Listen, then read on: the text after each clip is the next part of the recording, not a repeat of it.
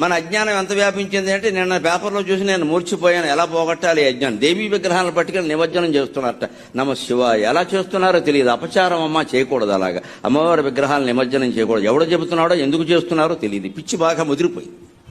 మొత్తం చెరువులన్నీ పాడైపోతున్నాయి. అమ్మవారి కోపం వస్తే పేటరేకిపోతుంది. ఆవిడ ఏమనుకుంటున్నారు? వినాయకుడిలాగా శాంతమూర్తి కాదు ఆవిడ. వేసేస్తుంది ఒక దెబ్బ. నన్ను ఉంచడానికి నువ్వెవడరా, నేను మొత్తం ఉంచేస్తానని. ఇటు దశాయుధాలు ఉన్న అమ్మవారి విగ్రహం తీసుకుని నిమజ్జనం చేస్తారా? బుద్ధి జ్ఞానం ఉందా? నాకు మంటెత్తి మాట్లాడుతున్నాను నేను. గణపతి నిమజ్జనం అంటే అమ్మవారి నిమజ్జనం అది మంచిది. ఈ వెళ్ళిన వాళ్ళు కూడా నిమజ్జనం చేసేయండి, చెనదిరిపోతుంది. వీళ్ళు కూడా మనకమన్నాడు. దాంతోపాటు లోకు కట్టేశారండి వ్యవస్థను. ఇక్కడ అమ్మవారి విగ్రహాల నిమజ్జనం ఏంటండి? ప్రతి పూజకి నిమజ్జనం ఉంటుందా?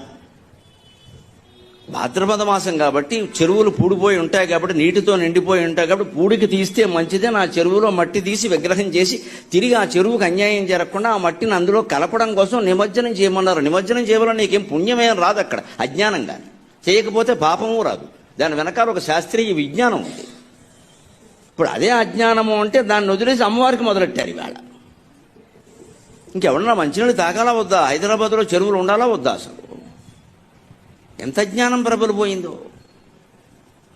మనం చెయ్యకూడదు, చేస్తే ఖండించాలండి ఖచ్చితంగా. నాకేం మొహమాటం లేదు. ఇక్కడ మతం అంటే గుడి నమ్మకం కాదండి. ఇక్కడ అన్ని విగ్రహాలు పట్టుకొని నిమజ్జనం పెట్టండి.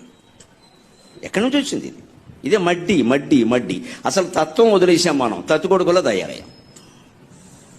దాన్ని ఏదో పట్టుకోవడం, ఆ చీర పట్టుకోవడం, ఆ నిమజ్జనం పట్టుకోవడం, ఇంకంతా ఊరేకడం. ఇక్కడ లడ్డూ పట్టుకోవడం, వేలంపాటు పాడుకోవడం. తత్వం వదిలేసాం. ఆ తత్వమే యోగ వాసిష్టం.